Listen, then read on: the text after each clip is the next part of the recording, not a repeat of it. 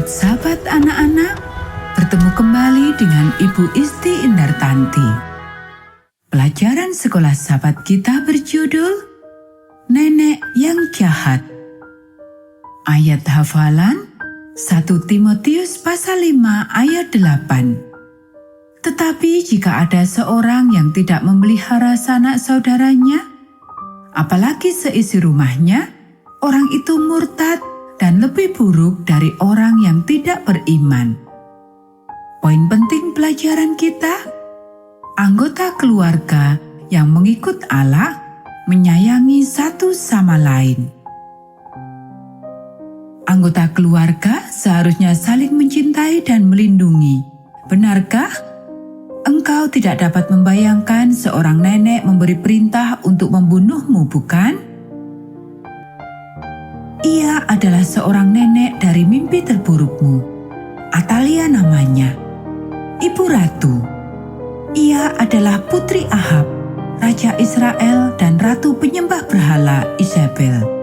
Ia mewarisi sifat-sifat jahat ibunya. Atalia seorang ibu ratu yang sangat berpengaruh. Anaknya Ahazia berusia 22 tahun ketika ia menjadi raja. Tetapi meskipun Ahazia adalah keturunan Raja Daud, yaitu keluarga nenek moyang Yesus, namun Alkitab katakan bahwa dia jahat. Setelah memerintah 1 tahun, Raja Ahazia dan semua sanak saudara ibunya di sebelah utara Israel dibunuh oleh gerombolan pemberontak. Ketika kabar ini sampai pada Atalia, ia memutuskan bahwa bila pihak keluarganya semuanya meninggal, sanak keluarga pihak suaminya pun, keturunan Daud, harus dibunuh juga. Tidak peduli apakah itu cucunya sendiri. Ia ingin menjadi ratu. Alkitab mengatakan bahwa Atalia membunuh semua anak-anak Ahazia. Kabar ini pastilah sangat mengejutkan. Tidak banyak waktu untuk merencanakan penyelamatan. Namun Ratu Atalia tidak sesukses dugaannya.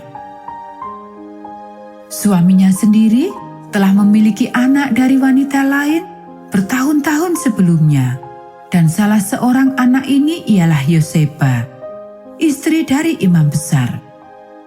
Ia mengetahui bila tersisa satu pangeran, maka keturunan Daud berlanjut. Telah dinubuatkan bahwa Sang Mesias akan datang dari keturunan Daud. Bagaimanapun, Yoseba telah berhasil menyelamatkan seorang pangeran termuda dari istana, Yoas yang berusia 1 tahun. Ia menyembunyikannya beserta pengasuhnya dalam sebuah gudang bait suci dan membuat mereka nyaman.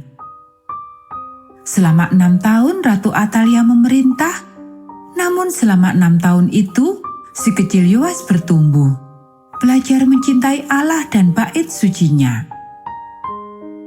Ketika ia berusia 7 tahun, Yoseba dan suaminya memutuskan bahwa saatnya membuka rahasia ini. Yoas akan menjadi raja. Pada Jumat malam, imam besar secara diam-diam memanggil para pengawal istana dan menunjukkan kepada mereka bahwa Yoas masih hidup dan siap menjadi raja. Mereka akan memahkotainya sebagai raja pada hari Sabat pagi ketika semua orang datang ke bait suci untuk berbakti. Para pengawal berjanji untuk menyimpan rahasia ini sepanjang malam dan melindungi Raja Yoas.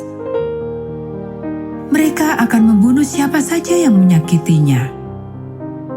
Esok paginya, para penjaga dipersenjatai dengan tombak dan perisai membentuk setengah lingkaran di sekitar mezbah di dalam bait suci menghadap para hadirin. Para hadirin pastilah heran dengan apa yang sedang terjadi. Mereka tidak mengetahui tentang si kecil Yoas. Lalu kemudian anak itu oleh pamannya Yoyada, imam besar, dituntun keluar dan menunjukkan pada orang banyak. Yoyada menaruh sebuah mahkota berkilauan di atas kepala anak itu dan menyerahkan padanya salinan kitab suci. Lalu sebagai lambang dipilihnya dia oleh Allah, imam besar mengoleskan minyak zaitun ke dahi Yoas dan menyatakan Yoas sebagai raja mereka. Tepukan meriah yang luar biasa dari orang banyak.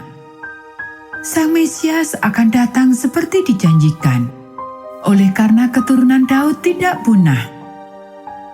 Suara trompet bergemuruh. Orang-orang mulai bertepuk tangan dan bersorak-sorai. Hidup raja, semoga panjang umur.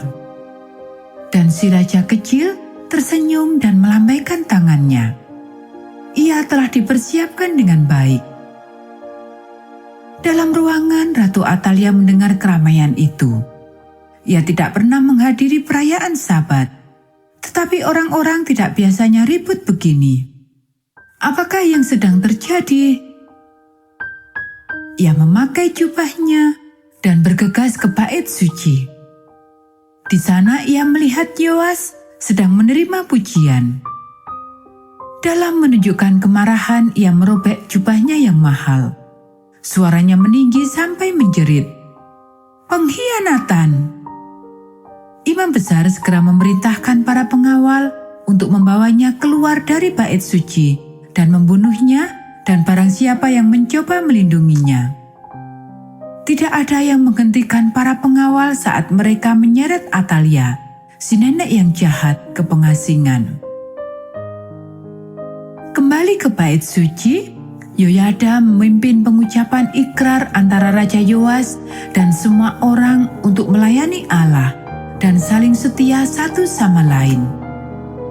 Orang-orang meninggalkan bait suci dan pergi ke kota untuk menghancurkan berhala-berhala, mengusir para imam jahat, dan menghancurkan pengaruh jahat Atalia. Sementara kota sedang dibersihkan, Yoyada membawa raja baru dan para pengawal ke istana. Jantungnya pastilah berdebar kencang saat menyaksikan si kecil Yoas duduk di atas tahta kerajaan yang terbuat dari emas untuk pertama kalinya.